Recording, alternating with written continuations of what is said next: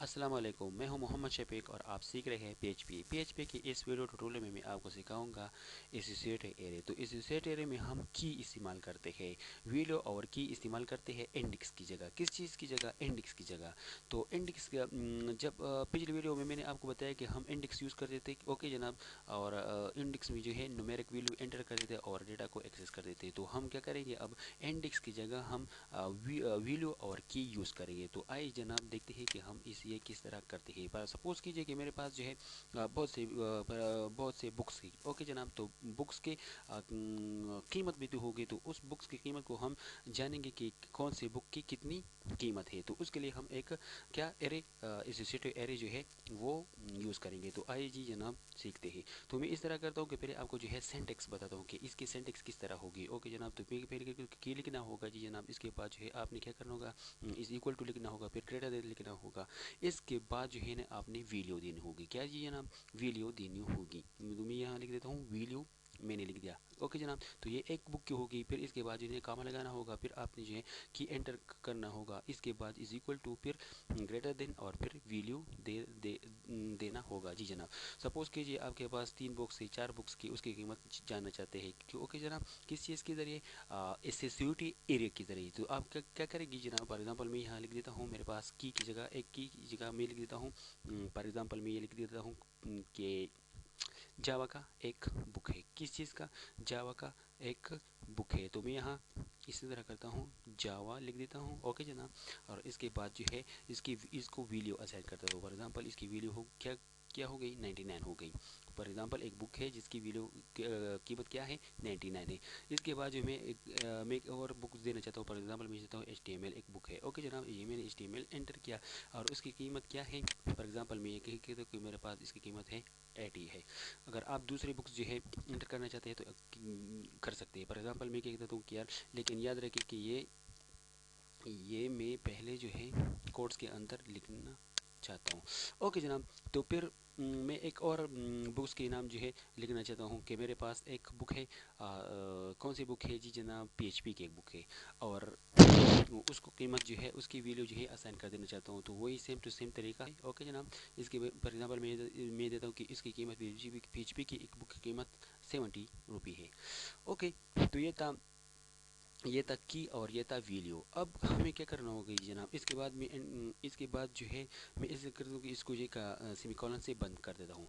इसके बाद भी इस तरह करता हूँ कि प्रिंट प्रिंट आर से, ओके जनाब, प्रिंट आर से इसकी प्रिंट आर से लिख देता हूँ। और इसके बाद जो है मैं ऐसा करता हूँ कि प्रिंट आर लिख देता हूँ और यही, ओके जनाब। इसको मिटा दो, ओके जनाब। और सिंपली जो है इससे कमेंट, तो मेरे पास ये पहले से लिखा हुआ है, इसको मैंने इस तरह किया। तो कंट्रोल+S से मैं इसे सेव कर देता हूँ, ओके जनाब। फिर मैं देखता हूँ जी जनाब, रिफ्रेश कर देता हूँ, ओके जनाब। तो ये देखिए जनाब, पहले जब हम क्या इंडेक्स एरे यूज़ कर रहे थे तो इंडेक्स, यहाँ इंडेक्स का नंबर आता था कि प्ला बुक जो है कौन से नंबर पर। फॉर एग्जांपल ये इधर 0 लिखा हुआ था और फिर क्या लिखा हुआ था? बुक्स का नाम लिखा हुआ था। लेकिन ये जो कि एसोसिएट एरे है तो इसे इंडेक्स की जगह क्या लिखा? जावा लिखा। तो मैंने कहा कि इंडेक्स की जगह हम क्या इस्तेमाल करेंगे जी जनाब? कीज यूज़ करेंगे और वैल्यू यूज़ करेंगे। तो ये हाँ, ये क्या आ गया जी जनाब?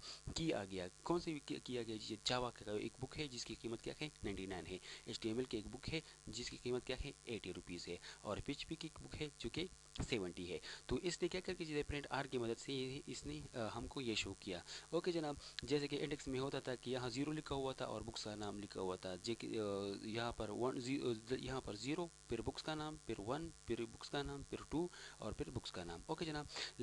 ये तो प्रिंट आर से मैंने इंडेक्स को प्रिंट किया। अब करना क्या होगा जी जनाब? इसको मैं वापस जो है कमेंट से क्लोज कर देता हूँ, ओके जनाब। और यहाँ पर लिख देता हूँ, क्या लिख देता हूँ? एको का एक फंक्शन लिख देता हूँ। फॉर एग्जांपल मैं यहाँ लिख देता हूँ एको।